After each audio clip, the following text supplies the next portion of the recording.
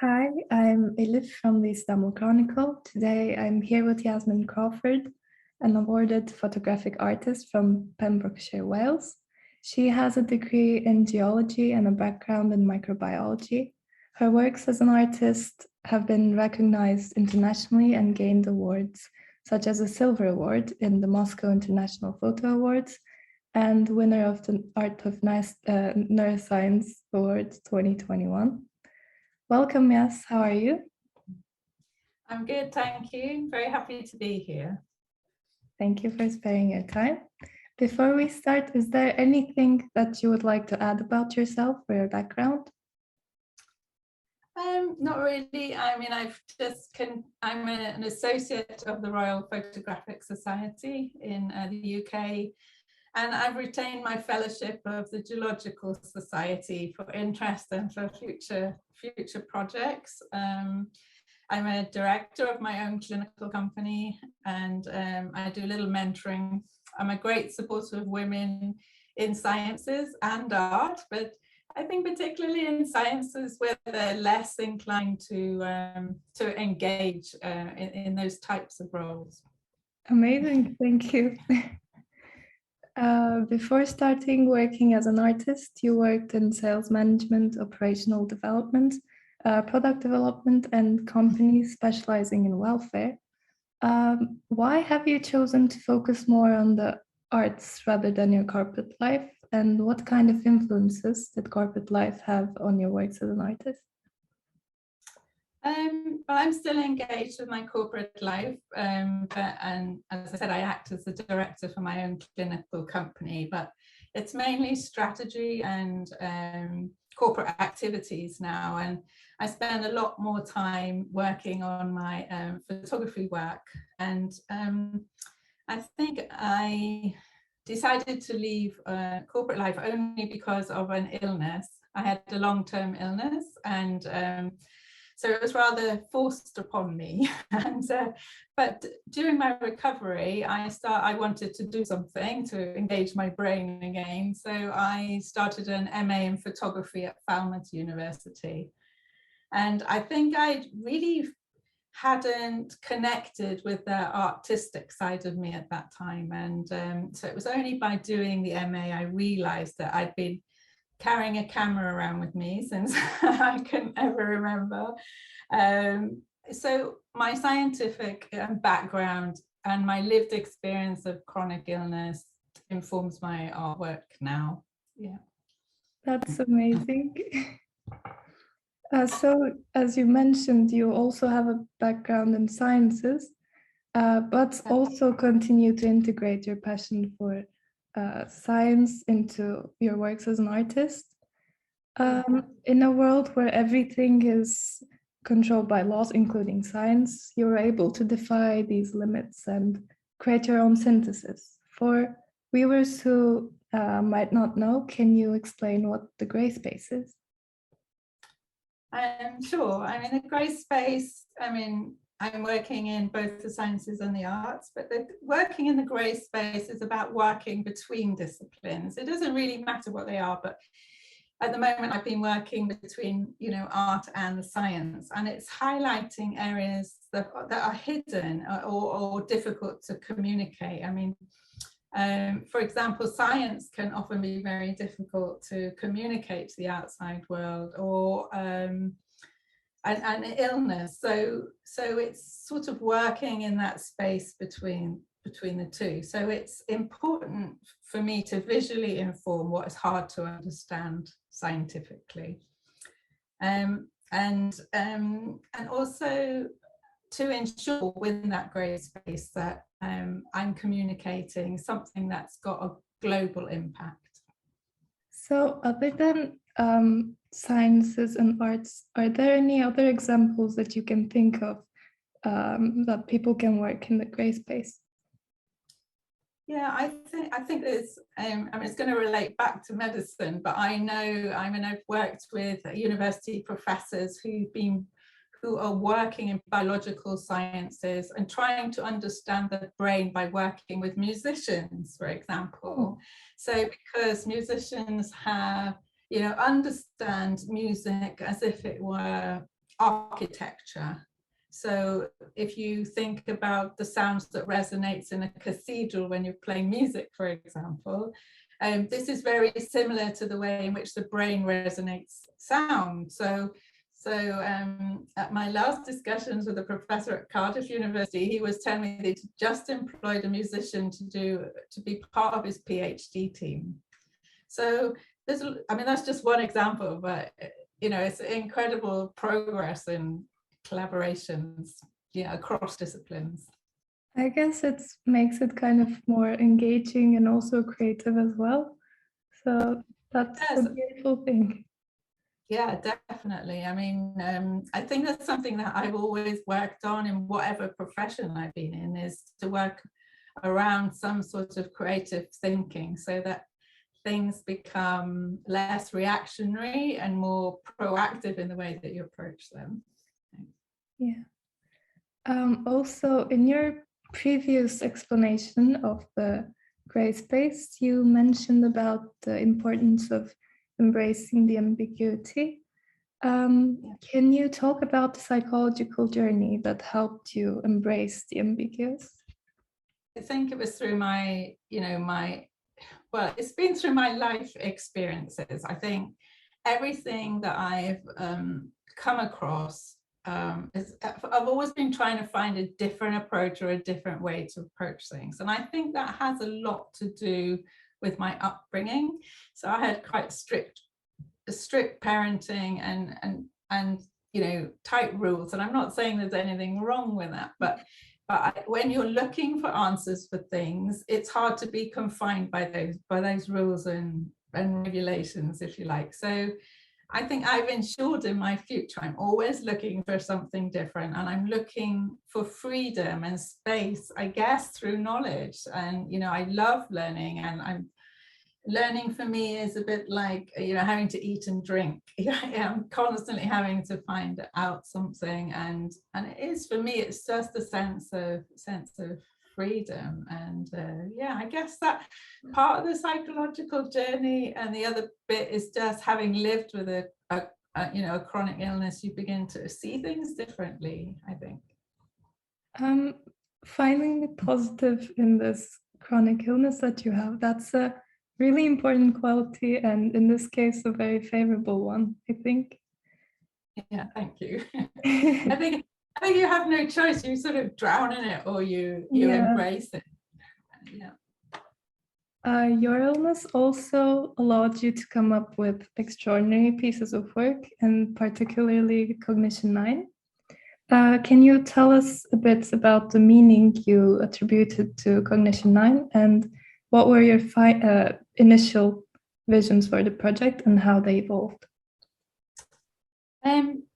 The Art of Neuroscience project is an amazing one, and I was really keen to be involved with it. But it comes from the Netherlands Institute of Neurosciences, and they've been running this for a few years. And the award was designed to inspire everybody about the beauty and complexity of the brain and stimulate discussions across the intersection of art and neurosciences. And when I was doing my degree at Falmouth, I started work. I was doing some research on myalgic encephalomyelitis, or chronic fatigue syndrome as we know it. And I started to investigate something called interoception, which is the eighth sense. And it's more about how the body processes information when you're getting a continuous heightened experience. And we are familiar with our normal senses. So, touch, smell, sight, and hearings. But this is like an innate eighth sense that affects our bodily reactions. And I was really interested in this because I had experienced that as part of my illness. So when my body was out of control and I had a huge sensitivity to all of my senses around me, and I had no control over my body. So I couldn't decide to do something because my body just wouldn't let me do it. So it was an unusual experience, because normally, we are in control of our brain, and our brain tells us we do what we decide to do. So having to do this or engage in this award felt really important somehow, and I wanted to use it evolved because I use landscape in my images as well, and I'd really talked to a lot of patients who have chronic fatigue syndrome, and it was always about the places they couldn't get to anymore, sort of these absent landscapes. So with a combination of understanding a little bit about the neural network, interoception, and this landscape that acts as sort of a vessel to secure my science, I created, Cognition 9, and I did it quite intuitively, although there was sort of a structure there. Yeah. So I guess we see how your passion for science and background in geology has come together in this piece. Yes. Yeah. That was very valuable in terms of art. Yeah, I think the geology allows me to see topographically, if you like, so almost in 3D, and that's really helpful when you're creating an image and you want, depth of field and space, for example. Yeah. And when these fields came together, we experienced a lot of interesting symbols in Cognition 9, such as the explosion-like waves imitating the heightened sense of the body. Is there a specific reason why you chose the image of the sea to edit? I think when I was looking through my landscape imagery, it was just a matter of trying to find something that expressed the entanglement in the brain, so when you have a heightened experience like that, of course, you get a lot of fatigue, and then you get a lot of cognitive dysfunction. So you can't think, and it does feel like a bit like your head's going to explode sometimes. So I think when I found the image of the seaweed, that was a really good place for me to start. And then the neural network, which I overlaid when I brought them together, and they did give this, this amazing sort of 3D effect that I wanted to explain. So yeah, so in the end, it was sort of quite symbolic of the condition, I think. But it's really hard to imagine how you might have felt during the illness. Can you maybe explain it a little bit more? I understand that it's not entirely visual or auditory, but how would you describe the quality of it? I think doing the project on interoception was really interesting for me, because when you have this heightened experience and you have no control of your body, or your mind has no control of your body, it's very surreal and it's very weird, and and also at the same time you can't stand the light or the sound, or noise can be too much, and so all of your natural senses are overloaded, and so at the same time you can't think properly. So it's a funny combination of experiences, and it is really surreal. And it's why when I talk about working in the grey space, I say it's somewhere like working between what's conscious and the subconscious, which relates to different disciplines, but it also relates to partly being conscious and partly not being conscious. So it was, it's I'm one of the lucky ones, because it doesn't affect me now so badly, although it's taken me a very long time to come through it. 25% of people with chronic fatigue syndrome are bedridden in the dark because they cannot stand these sensory inputs. That's amazing how you got through it then. Yeah, it's sort of, I think I was keen to learn about it, and lots of good things have come out of it. So it sounds very weird, but I'm quite grateful for it in many ways. So these kinds of things, I mean, the science is a field so large that even after continuous research, we cannot grasp some aspects. And I think you've realized this in your journey of with the illness. Why have you chosen the arts as a way of communicating the unknowns and the things we cannot grasp? And who were your target audiences? I think I've worked in sciences, life sciences for a very long time. So I was very ready to do something else. I think I felt, not saturated, but, I've done a lot and achieved a lot. And so I didn't feel like I needed to, continue working full time in the sciences anymore. But you're right, science is huge, it's a huge field of diverse interests and often separated, it's separated by specialities. And, I'm really conscious of the secularization of this and the fact that, in the past, university departments, for example, have striven to prove that they are unique in some way. And this is brilliant, but at the same time, it stops collaboration, because they become very protective about their work and it's really hard to collaborate. And I've used photography really as the art because that seemed like the natural thing for me. And I've worked with, in science, I worked with scanning electron microscopes and optical light microscopes, and the camera, like I said earlier, has been a natural extension of me. I've always carried one, just like you would carry a book, and read it on the train. It's just always with me. And I think the fact that it's a technical object, it's scientific in itself, and in the same way it produces beautiful art. So I'm already at the intersection of science and art, so it seemed like really the natural thing to use. And I think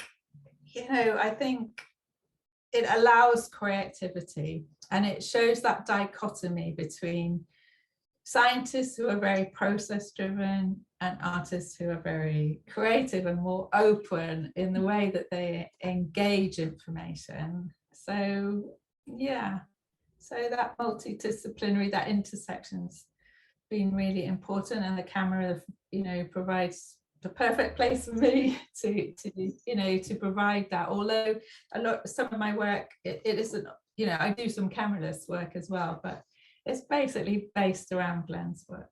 Yeah. So I guess it was in you naturally then. I think, I mean, when I was a little girl, I used to draw all the time, and but I think it wasn't seen to be the right thing when I went to university to go into arts, because you couldn't make any money, and I had to have a sensible career. But it is, I've always had a love of art, and definitely. Are there any other artists that you admire that work in the gray space, or did you have any influences? Definitely. I mean, there are quite a few, but there's always a couple, isn't there, that spring to mind. But there are great artists, just pure artists, like Francis Bacon, for example, who work, they are amazing artists, but they cross the intersection of art with mental health, for example, and just the use of color, and the way in which they combine their images in Francis Bacon's sense, is with his diptychs and triptychs. He tells a story. And then there are other artists, photographic artists, environmental artists such as Lynn Johnson and Edward Botensky, who are very well known at the moment because they record environmental issues in an amazing way. But there are less people that are very famous that work in a multidisciplinary way, and I was lucky enough to communicate with a lady called Lara Tibet, an Israeli photographer who has a background in forensic science. I think it's forensic science, and I apologize, Laura, if I got that wrong. But she as when I was finishing my MA, she was working on a project called .DNA Recto, and she was working with the Arab Image Foundation to try and digitalize literature, you know, for longevity. So she was actually, they had old books that were moldy, and she wanted to record, you know, the mold, the actual DNA, if you like, of a book, in order to record it for the long term. And it was a beautiful project, and she's very poetic in the way that she tells her stories. So I love her work. I also like the work of Major Tammy. She's a Finnish photographer, and she wrote a book. I think it was part of her PhD research, but she wrote a book called, I think it's called Sick Art or Sick Photography, and where she historically records everything about art and science. It's amazing. But she works on the micro and the macro in a very wonderful way, and tells stories such as, if you want to look it up, one called The White Rabbit Fever. I think it's more reflective of my own work, and there are lots of others, but I always come back to those two because I sort of follow their work, and it's where my early inspiration came from, I think. Yeah. You, even in your influences, you managed to combine all aspects, science, art, everything. So that's great, I think. Thank you. And with this, with your notion and value of the ambiguous and combining disciplines, what kind of impact do you hope to have on future generations of artists? I'm very flattered you asked me this question because it makes my work feel really important. But I don't claim to be, to have amazing work, but I think it's really, really important that we break down barriers between disciplines so that we can collaborate in a meaningful way.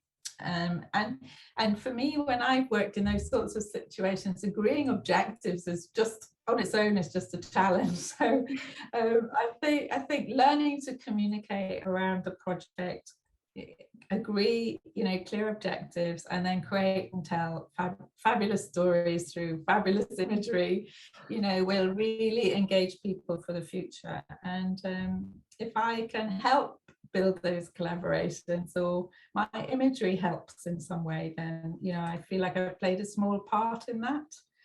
But in the meantime, it's really important to engage with everyone. My audience is everyone in a way, because everybody knows somebody who's been ill, or want to understand something, or don't want to be defined by something. And I want to engage with people on an emotional level, whether that's hanging a beautiful piece of artwork in their living room, or they relate to it because they can see the full circle of their illness in my images. And for me, that's the reward, of somebody actually wanting to engage with my work. And I think that's, while we're coming to terms with living in the new Anthropocene epoch and becoming more knowledgeable about science, because we've had to learn all about a very strange virus recently, and just to living with new and challenging health conditions, and those will continue as our climate changes in the future.